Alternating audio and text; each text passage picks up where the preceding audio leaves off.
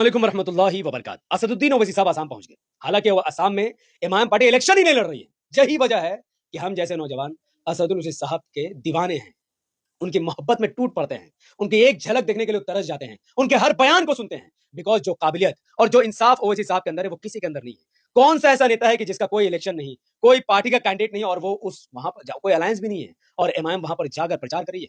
बदरुद्दीन अजमल साहब की आंखों में आंसू आ गया जब बदरुद्दीन अजमल साहब का हाथ ओवैसी साहब उठा रहे थे, उनका समर्थन कर रहे थे। बदरुद्दीन अजमल साहब लिटरली रो पड़े, उनकी आंखों में आंसू थे। बिकॉज बदरुद्दीन अजमल साहब की पार्टी AIUDF को कांग्रेस पार्टी ने पूरे आसाम में बी टीम बोलकर बदनाम कर दिया है। उनके अस्तित्व को बीजेपी कांग्रेस खत्म करने की कोशिश कर रही है। बीजेपी का डर दिखाकर मुसलमानों को कांग्रेस की तरफ लाना चाहती है। ये वही बदरुद्दीन अजमल है जिन्होंने आसाम में यूनिवर्सिटीज बनाई है, स्कूल बनाए हैं, अस्पताल बनाए हैं। उसी बदरुद्दीन अजमल को कांग्रेस ने बर्बाद कर दिया। उसी बदरुद्दीन अजमल साहब की पार्टी को कांग्रेस ने सफाचट करने की कोशिश की। और आज जब बदरुद्दीन अजमल साहब अकेले थे तो अल्लाह के रहमो करम ये हुआ कि ओवैसी साहब पहुंचे। वो चाहते तो कहते हमारा भी तो कैंडिडेट है, लेकिन नहीं, बिना स्वार्थ, बिना मतलब, सिर्फ और सिर्फ इंसानियत के नाते, संविधान को देखते हुए, देश का लोकतंत्र को बचाने के लिए ओवैसी साहब आसाम पहुंचे और वो बदरुद्दीन अजमल साहब के लिए कैंपेन कर रहे थे। ये वीडियो हर उन मुसलमानों के मुंह पर तमाचा है जो ओवैसी साहब को बी टीम कहते हैं। और मेरा एक सवाल, अगर वाकई में बीजेपी को हराना था आसाम में कांग्रेस को, तो फिर कांग्रेस ने AIUDF से अलायंस क्यों नहीं किया? कांग्रेस का मकसद बीजेपी को हराना नहीं है। कांग्रेस का मकसद मुस्लिम लीडरशिप को खत्म करना है।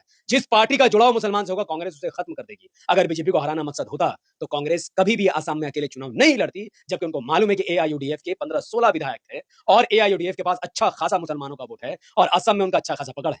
तो शर्म से डूब मरना चाहिए कांग्रेस को और उनके समर्थन में ओवैसी साहब को बी टीम बोलने वाले को और इमाम को बदनाम करने वाले को। और हम फख्र से कहते हैं कि हम इमाम के सिपाही है और आप सबको भी इमाम का समर्थन